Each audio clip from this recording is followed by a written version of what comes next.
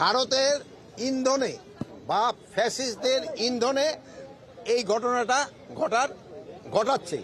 তা আমরা এটা যেন ঘটাতে না পারে এই জন্য আমরা আমাদের সর্বাত্মক ব্যবস্থা নিচ্ছি এবং আমাদের যে উপদেষ্টা মানে প্রদীপ ভাই এবং পার্বত্য চট্টগ্রামের যে উপদেষ্টা উনি ওই জায়গায় আছেন, উনি এই জিনিসটাও দেখতেছেন, উনি আইন শৃঙ্খলা বাহিনী এবং লোকাল লিডারদের সাথে কথা বলছেন। এখন পরিস্থিতি মোটামুটি সন্তোষজনক অবস্থায় আছে। তা আপনারা জানেন কিছু সন্ত্রাসী পাহাড়ের উপরে থেকে তারা ফায়ার করছে এবং এই হাতিয়ারগুলি অনেক সময় বাইরে থেকে আসছে, যেটা আপনি ভাই বললেন। আমি অবশ্য দেশের নাম বলতে চাই না, আমার সাংবাদিক ভাই দেশের নামটা বলে দিছে।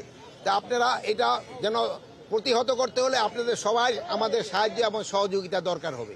আপনারা সবাই আপনার সাহায্য সহযোগিতা করবেন। আরেকটা জিনিস হলো, আপনারা সবচেয়ে বলবেন যে গতকাল থেকে কিন্তু আমাদের একটা বড় ধর্মীয় উৎসব শুরু হয়ে গেছে।